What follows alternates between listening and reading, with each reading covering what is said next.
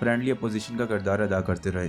حالانکہ friendly opposition policy اختیار کرنے پر ان کی شخصیت پر پارٹی کے اندر سے تنقید بھی کی گئی۔ یہ 23 اگست سن 2014 کی بات ہے کہ پاکستان تحریک انصاف نے اسلام آباد میں دھرنا دے دیا۔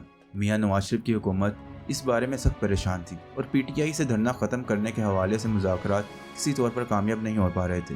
یہ وہ دن تھا جب تحریک انصاف کے رہنما عمران خان نے وزیر اعظم سے 1 ماہ میں استعفیٰ کا مطالبہ کیا اور اپنی شادی کی اطلاع دی۔ اسی روز آصف علی زرداری جاتی عمرہ جا پہنچے، جہاں میاں نواز شریف نے ان کا استقبال کیا اور گھبرائے ہوئے وزیر اعظم اور گھبرائی ہوئی حکومت کے چہروں پر آصف علی زرداری کی مسکراہٹ منتقل ہوئی۔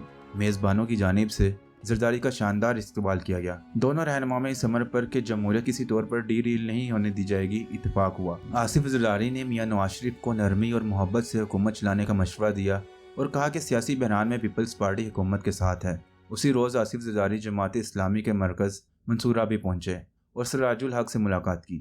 بعد ازاں یہ چودھری شجاعت حسین اور چودھری پرویز الہی سے ان کی رہائش گاہ پر ملاقات کے لیے بھی گئے۔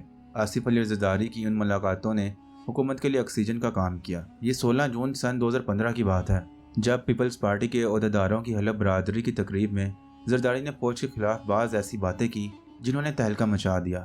مثال کے طور پر انہوں نے کہا کہ ہماری کردار کشی شروع کی تو نہ جانے کتنے جنرلوں کا نام آئے گا۔ آصف علی زرداری نے پرویز مشرف پر بھی تنقید کی اور کہا کہ ہمیں تنگ مت کرو ورنہ اینٹ سے اینٹ بجا دیں گے، آپ نے 3 سال اور ہم نے ہمیشہ یہی رہنا ہے۔ آصف زرداری کے اس سخت خطاب سے ملکی سیاست میں سنسنی کی لہر دوڑ گئی۔ اگلے روز وزیر اعظم ہاؤس میں اس وقت کے وزیر اعظم نواز شریف کی سربراہی میں مشاورتی اجلاس ہوا۔ یہ وہ دن تھا جب وزیر اعظم کی ملاقات زرداری کے ساتھ طے تھی۔ اس اجلاس میں ان کی فوج مخالف بیان کا جائزہ لیا گیا۔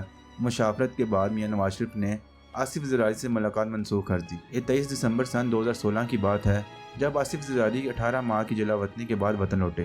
دبئی سے کراچی پہنچ کر انہوں نے کہا کہ میں لوٹ آیا ہوں، ہمارا جینا مرنا یہی ہے، میں مایوسی نہیں امید کا پیغام لایا ہوں۔ یہ بات قابل اطمینان ہے کہ خدا کے فضل، مسلح افواج کی طاقت اور عوام کے اتحاد سے ہماری سرحدیں محفوظ ہیں۔ پارلیمانی سیاست کا اعلان آصف زرداری کا وہ فیصلہ تھا جس کے تاثرات سابق وزیر اعظم عمران خان کے خلاف کامیاب ہونے والی تحریک عدم اعتماد پر بھی بہت واضح ہیں۔ اس کے لیے ہمیں 27 دسمبر 2016 میں جانا ہوگا۔ بے نظیر کی برسی پر گھڑی خدا بخش میں لوگوں کی بڑی تعداد جمع تھی اور یہاں آصف زرداری نے پیپلز پارٹی کے کارکنوں سمیت تمام سیاسی جماعتوں کو سرپرائز دیا۔ انہوں نے نواز شریف کو مخاطب کرتے ہوئے اعلان کیا کہ میاں صاحب، میں اور بلاول آپ کو سبق سکھانے اسمبلی آ رہے ہیں۔ اس اعلان کا مختلف حلقوں میں مختلف انداز سے رد عمل آیا اور پیپلز پارٹی کے اندر بعض رہنماؤں نے بھی زرداری کی پارلیمانی سیاست شروع کرنے کو ناپسند کیا۔ اس پہلو کی بنیادی وجہ شاید یہ تھی کہ پیپلز پارٹی کی قیادت خصوصاً پنجاب کے اندر آصف علی زرداری سے زیادہ بلاول بھٹو زرداری کو متحرک اور سرگرم دیکھنا چاہتی تھی۔ لیکن آصف علی زرداری کا پارلیمانی سیاست کا حصہ بننے کا اعلان اپنے دیر پا اثرات چھوڑے گا۔ اس وقت کے پارٹی رہنماؤں اور سیاسی تجزیہ کاروں کے وہم و گمان میں بھی نہیں تھا۔ 20 سپتمبر 2020 کو سابق وزیر اعظم عمران خان کی حکومت کے خلاف پی ڈی ایم کے نام سے اتحاد تشکیل پایا۔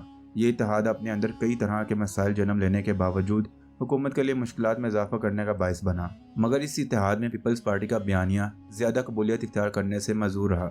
لیکن پی ڈی ایم میں زرداری کی سیاسی حکمت عملی پی ٹی آئی حکومت کے لیے مشکلات کا باعث بنی۔ یہ 3 مارچ سن 2021 کی بات ہے، جب سینٹ کے انتخابات میں یوسف رضا گیلانی نے حکمران جماعت تحریک انصاف کے امیدوار حفیظ شیخ کو شکست سے دوچار کر دیا اور حکومت کے 10 ووٹ یوسف رضا گیلانی کی جھولی میں آ گرے۔ آصف علی زرداری کا سیاسی داؤ کام کر گیا اور سن 2018 میں قائم ہونے والی پاکستانی تحریک انصاف کی حکومت کو پہلا سیاسی دھچکا لگا۔ آصف علی زرداری نے پی ٹی آئی کی سیاسی کمزوری کو بھانپ لیا، مگر عمران خان نے اس سیاسی دھچکے سے کچھ نہیں سیکھا اور انہیں اعتماد کا ووٹ لینا پڑا۔ یوسف رضا گیلانی کی جیت پی ڈی ایم کی پارلیمانی سطح پر بڑی جیت تصور کی جاتی ہے۔ 8 مارچ 2022 کو سابق وزیر اعظم عمران خان کے خلاف تحریک عدم اعتماد جمع کروائی گئی۔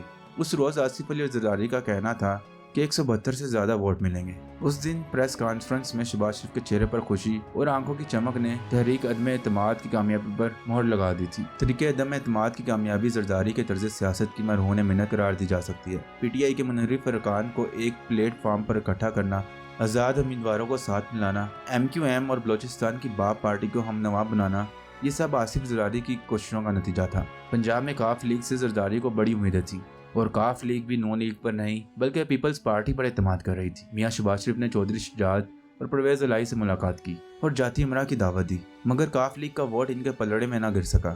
اگر سندھ اور بلوچستان کی پارٹیاں اور آزاد امیدوار زرداری کی کوششوں سے ساتھ نہ کھڑے ہوتے تو یقینی طور پر پنجاب سے تعلق رکھنے والے شہباز شریف وزیراعظم ہاؤس سے باہر ہی بیٹھے ہوتے۔ ہمیں سن 2008 کے عام انتخابات سے ذرا پہلے کے دور میں جانا ہوگا۔ بے نظیر بھٹو کے قتل کے بعد پیپلز پارٹی اور اس کی قیادت بالخصوص آصف زرداری اور ان کی فیملی صدمے کی کیفیت میں تھے کہ اسی دوران انتخابات آ گئے۔ مسلم لیگ نون نے انتخابات کا بائیکاٹ کر دیا۔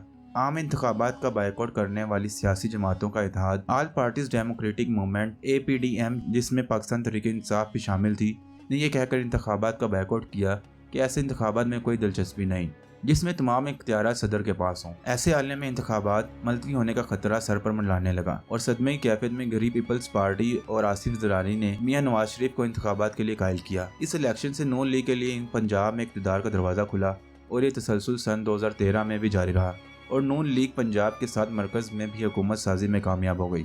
APDM کی جماعتوں کو اس وقت یہ معلوم نہیں تھا کہ آگے جا کر زرداری صدر بن کر صدر کے تمام اختیارات پارلیمان کو سونپ دیں گے۔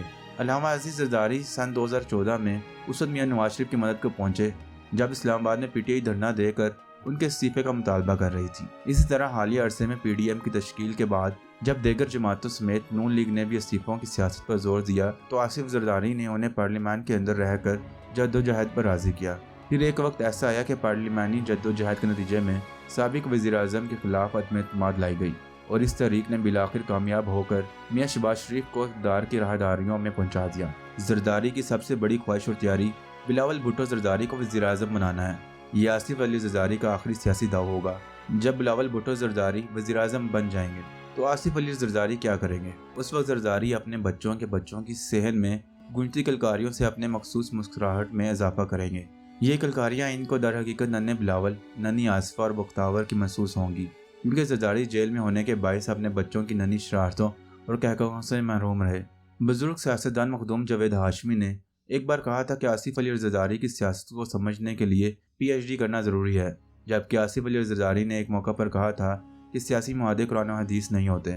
9/11 کے بعد کی پاکستانی سیاست میں جس سیاسی حکمت عملی کا مظاہرہ آصف علی زرداری کی جانب سے دیکھنے میں آیا، کہا جا سکتا ہے کہ یہ سیاست کے ایسے کھلاڑی ہیں جنہیں مات دینا آسان نہیں۔ دوستو، اگر آپ کو یہ ویڈیو اچھی لگی ہو تو اس ویڈیو کو ضرور لائک کیجیے گا اور مزید اسی طرح کی ویڈیوز دیکھنے کے لیے ہمارے چینل کو ضرور سبسکرائب کریں۔ اللہ حافظ۔